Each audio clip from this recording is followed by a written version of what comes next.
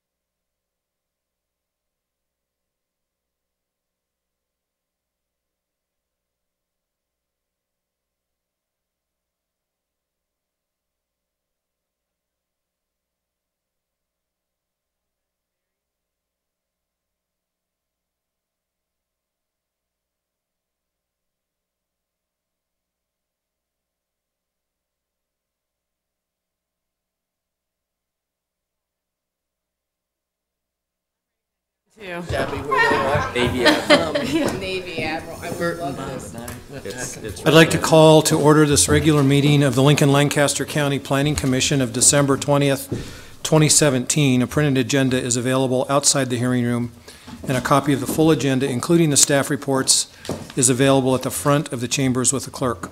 The Open Meetings Act is posted just inside the doors at the back of the room. If you are parked in the parking garage across the street to the north, please be sure to pick up a parking coupon on your way out for free parking. Out of courtesy for those attending this meeting, the commissioners and the staff, cellular phone usage is not permitted in these chambers during any portion of this meeting. We will appreciate your cooperation. And please note, the Planning Commission action for all items on today's agenda is a recommendation to the City Council. The first item of business is the approval of the minutes of the regular meeting held December 6th, 2017, as revised. Is there a motion? So moved. Second, Finnegan. Okay, call the roll. Edgerton, Yes. Finnegan, Yes. Harris, Yes. Hove, Yes. Joy, Yes. Washington, Yes. Core, Yes. Shear. Yes. Motion carried 8-0. We do not have any items on today's consent agenda, and there are no requests for deferral, so we will now proceed to the public hearings. The staff will make a brief presentation. The applicant will then be requested to present his or her testimony, followed by those who wish to testify in support, followed by those who wish to testify in opposition. The staff will then be given an opportunity to respond to the testimony, and then the applicant shall have an opportunity for rebuttal. Each person testifying should state their name and address and shall have 5 minutes to speak unless additional time is requested and granted. The timer will go off after 4 minutes. Then you will have 1 minute to wrap up your testimony. The Planning Commission will vote immediately at the close of the public hearing unless the Commission votes to defer action or continue the public hearing.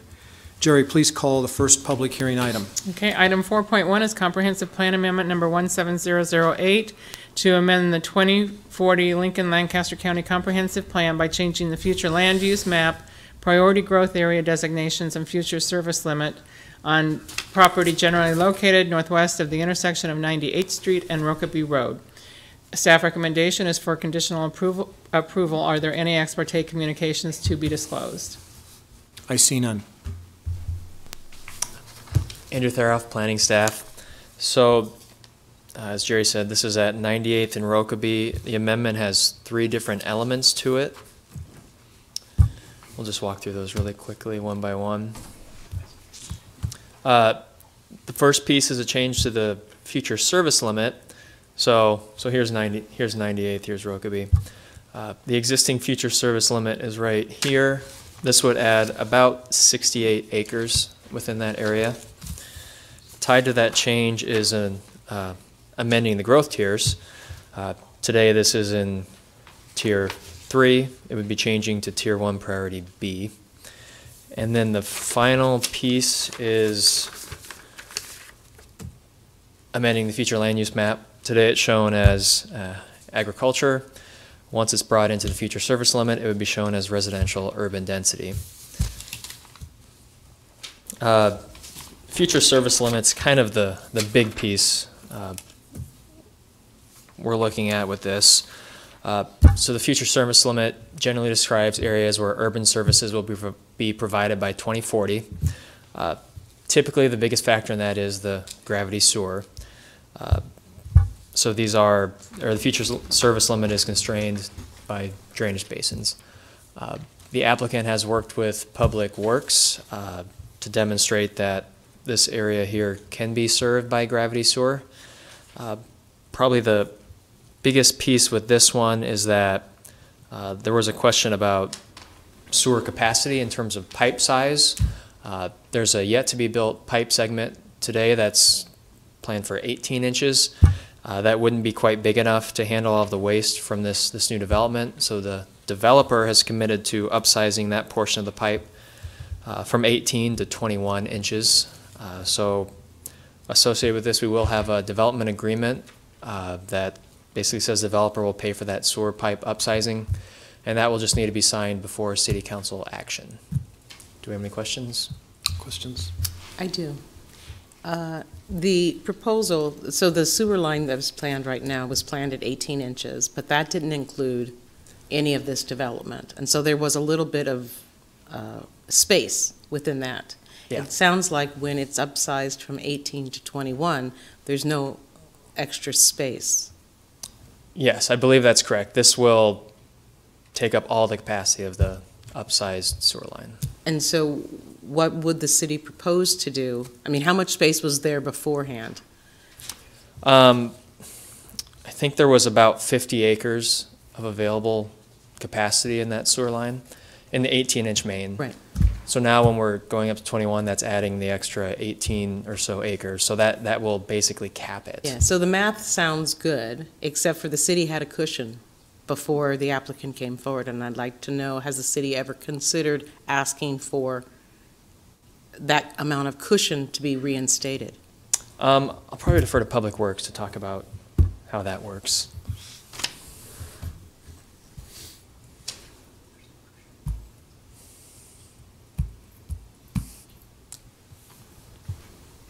Bob Simmering, Public Works and Utilities.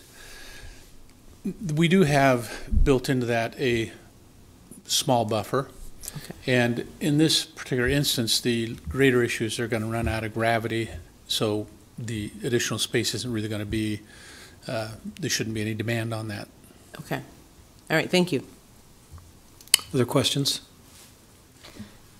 I guess I want to piggyback on that a little bit, because that makes me think, what if the area right up above there to the north wants to come in and do the same thing? There's not going to be any capacity in that pipe then. I mean, could they then come in and say, well, we want to make it from 21 to whatever the next size is? If they could get it to work by gravity, I mean, there's a lot of variables that would go along with that. It's the gravity sewer, and then it's the pipe capacity as well. I mean, if they could get that to work by gravity, and they could find the capacity, that we could have another amendment like this potentially. But Okay, thanks. Other questions? Okay. Applicant?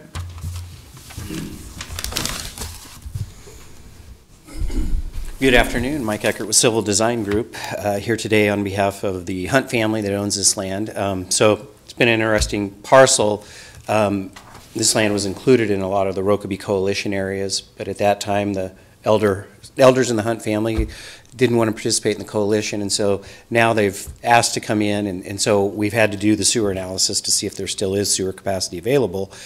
Because as you may remember, or you may not remember, several months ago we brought in a piece further south in this watershed and demonstrated how it could be sewered back. And so I'll maybe go backwards here a little bit and address the questions first. So we have the ability to upsize a pipe that is yet to be built in Rokeby Road. And when we do that, we determined there was about 50 acres left. Actually, different segments of that pipe yield as much as 29 acres of capacity. So there will be a few acres left, but not many. And then I'll put this map up, and it might best explain what's going on in relation to your question, Tracy, on the part to the north. So this is kind of the basin line for the whole, what we had called the Rokeby Coalition comes down here. This is the upsizing of the line right here that will be built next year. that'll be upsized to provide capacity for the Hunt piece, which is here. Now, the Hunts actually own clear up to here, and there is one 10-acre parcel here that's not owned by them. But we do not believe, and the reason we kind of limited ours to the 68 acres was because the other item has been before you and City Council is a park swap, land swap with the Jensen Park. And so 2 years ago, we anticipated bringing a sewer line through Jensen Park right here, wrapping around, serving the north piece of the Talcott land here, and then it would come in and serve the Hunt land. From this point right here up, this land is in an agreement to go be part of the parks, and then this land right here goes into the private sector for development. And so the likelihood and now the economic feasibility of anyone ever paying for what is almost 3/4 of a mile of an 8-inch line to sewer the northern property. In fact, with the Hunt family, we just decided it wasn't economically feasible for them to say, let's find as much capacity as we can, upsize as many lines as we can, and then let's bring in the northern part of the property. But when we did the math, it just didn't make sense. It was such a big number. So the Hunt piece that's north of this drainage basin line, or the exhibit, this exhibit shows it a little bit better. They've got some land up here. We've taken the area we included as far as we think we could reasonably grade it to get it to flow backwards. So they have some land that's out of it, and they understand that.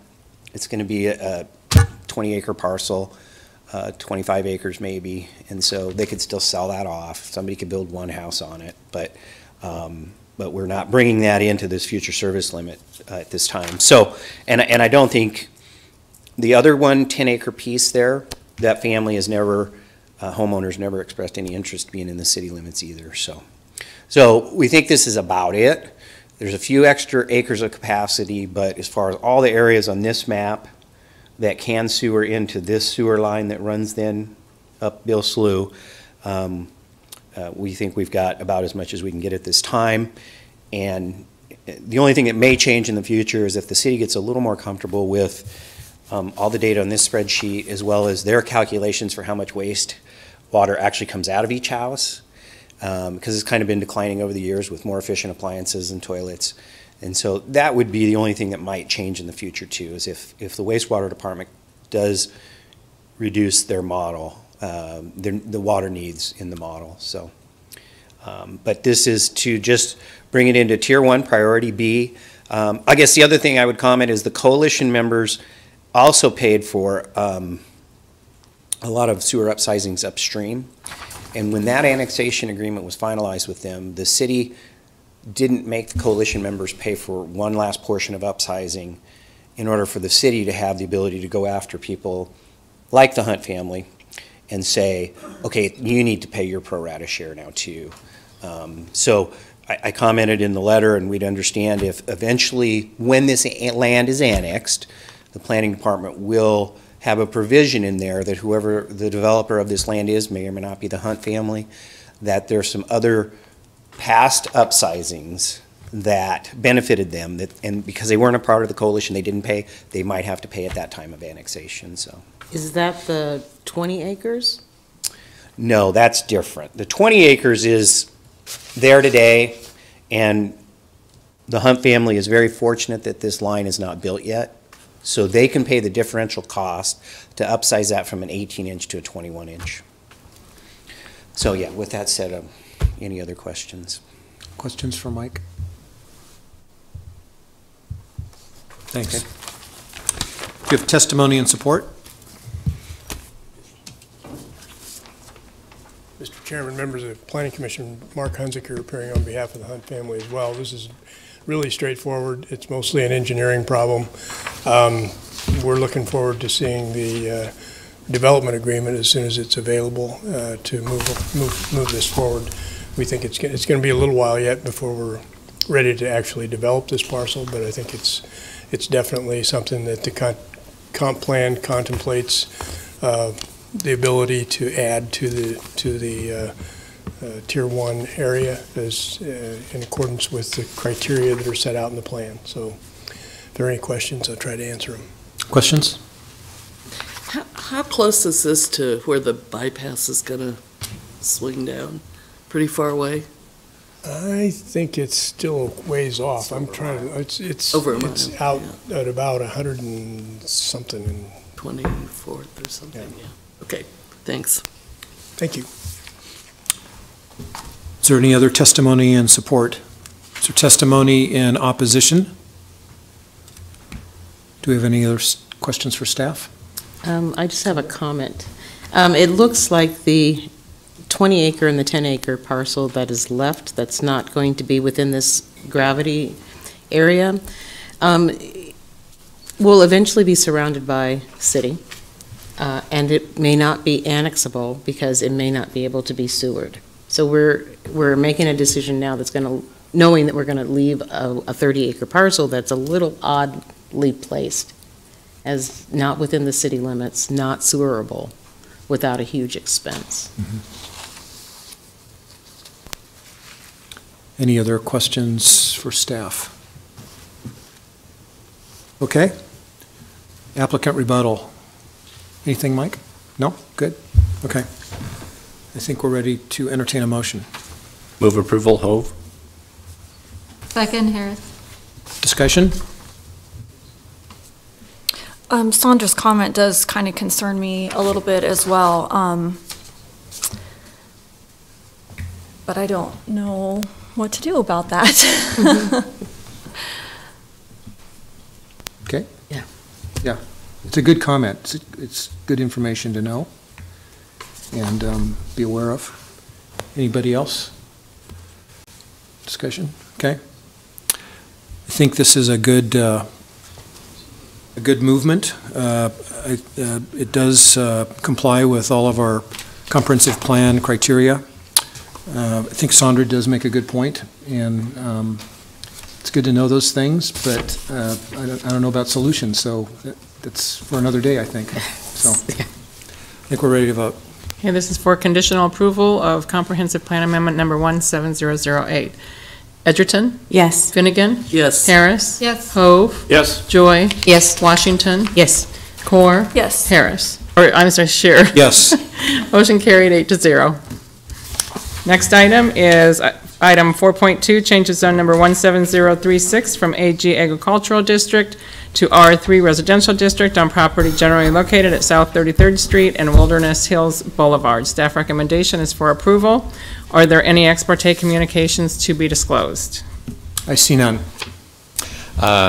Before we get started on this particular item, Steve Hendrickson with the Planning Department. We wanted to introduce Desi Redmond, who is our new planner, started a couple of weeks ago, and this is her first application before you. We wanted to start off something kind of basic and straightforward before we got into the more complicated things like you had last week that took 7 hours. But we're very excited to have Desi here. She has over 5 years experience both in city and county planning. She's worked in Colorado and Utah and Nevada, but is actually from Fremont, is a Fremont High School graduate, also a graduate of the University of Minnesota where she got her master's degree in South Dakota State. So she will be covering the southwest part of Lincoln, where previously Rachel Jones was covering the items. Rachel will now be covering the north part of Lincoln, where previously Andrew was covering things, who is now working in the long-range section. So we're very pleased to welcome Desi. You'll probably be seeing her in future items as well. Great. Very good. Welcome. Welcome. Hi. Thank you, Commissioners, and thank you, Steve. Desi Redmond, Planning Staff. So this is a change of zone from the Agricultural District to the Residential 3 District. The subject property is located here. This is Wilderness Hills Boulevard, and then South 40th Street here. So the subject property is approximately 61.5 acres. It is the Wilderness Hills 8th edition. It is located in our Tier 1 Priority A growth area. The request is consistent with our future land use map and our comprehensive plan, and it is also in compliance with our zoning ordinance. So you can see to the west of the subject property, there is currently some residential development. So essentially, this is an extension to the east of residential uses. So because there's some development in the area already, there is some existing public facilities, so sewer and water does exist in the area. And so it is a piece of an overall preliminary plat that was approved in 2006.